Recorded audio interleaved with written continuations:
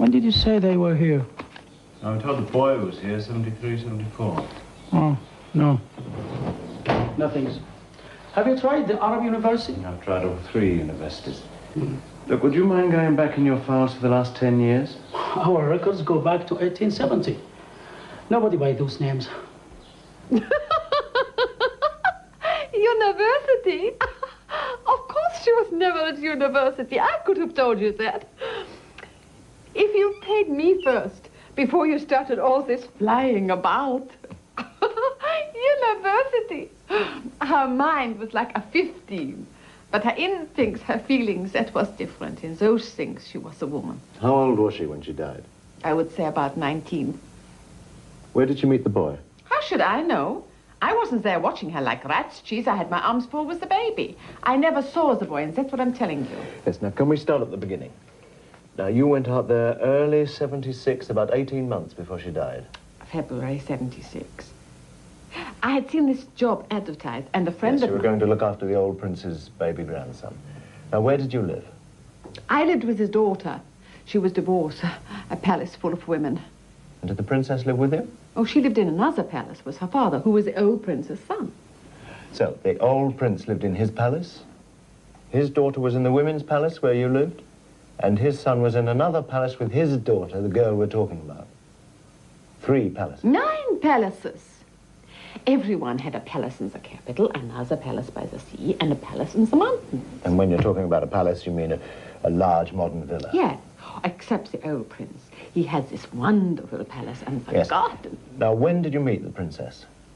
About 3 weeks after I had arrived.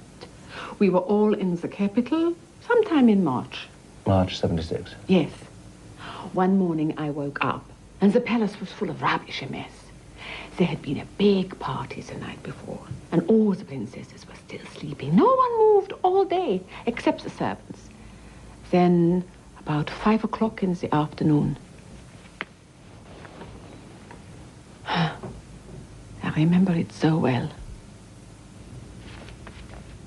She was literally like a child. Jita zur Josie. She started calling the baby, my husband, my husband. Those royals all marry cousins. She said she was just going to wait until the little boy was old enough to marry her. Breakfast. At this time, we understood each other from the beginning. At first, we talked nothing but rubbish. Mean end. Mean end? Anna. You talked to each other in English? Oh, she spoke a sort of kitchen English. She had all the dirty words, though. I picked up a bit of Arabic by then. The rest was just a sort of feeling. You. London. Habibi. Come, Habibi. She wanted to know all about my lovers here. And you? She told me about her husband. In the first 5 minutes, you found out she had never loved him. It was an arranged marriage. Oh, my husband, America. You love him? The way she talked about him was just carrot. But you can't say that. He had left her to live his own life in the States. And she was banished into staying with her parents, like all the divorcees, back to Mama and Papa. And after that, did you see a lot more of her? Oh, she was always popping in and out, sometimes for the night, sometimes staying for weeks. That's the way they do things over there. Maybe a party, then everyone sleeping until 5 o'clock in the afternoon. I mean, no one ever got up before 12. Apart from all this eating and the partying, what did the princesses actually do? Nothing. Nothing. Nothing.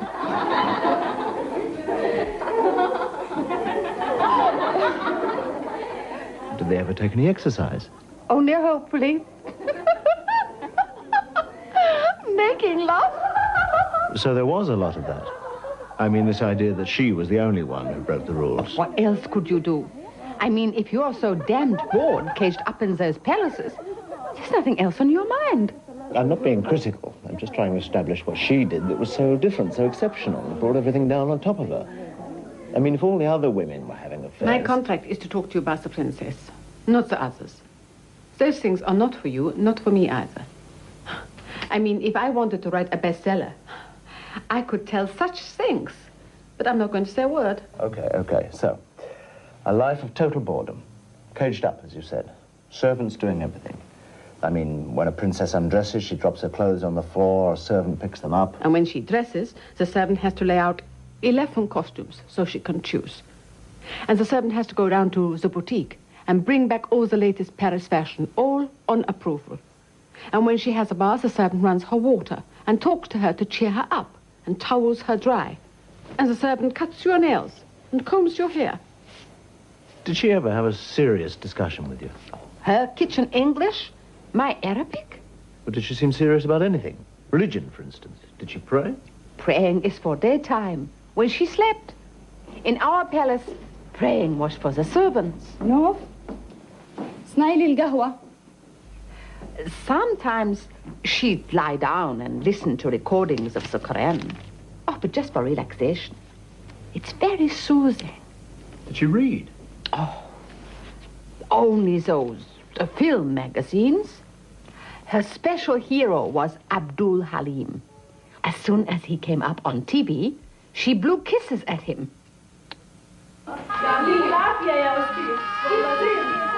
TV was the big thing. Not the local programs, they were rubbish. But cassettes.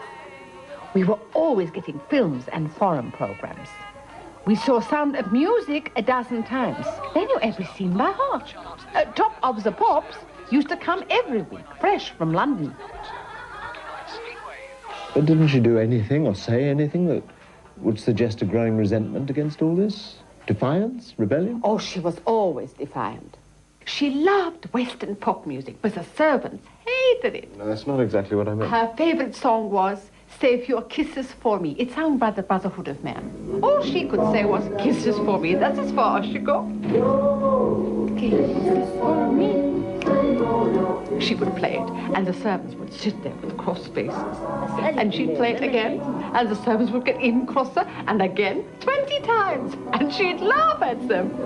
Smoking, that was strictly forbidden, but she didn't care. Her grandmother would come sniffing about, and the princess would laugh and point to me and say, it's her. The grandmother. How often did you see the grandfather? Oh, about once a month. All his women would go up to the palace. The daughters from his other wives, the granddaughters, the cousins. One by one in those chauffeur cars.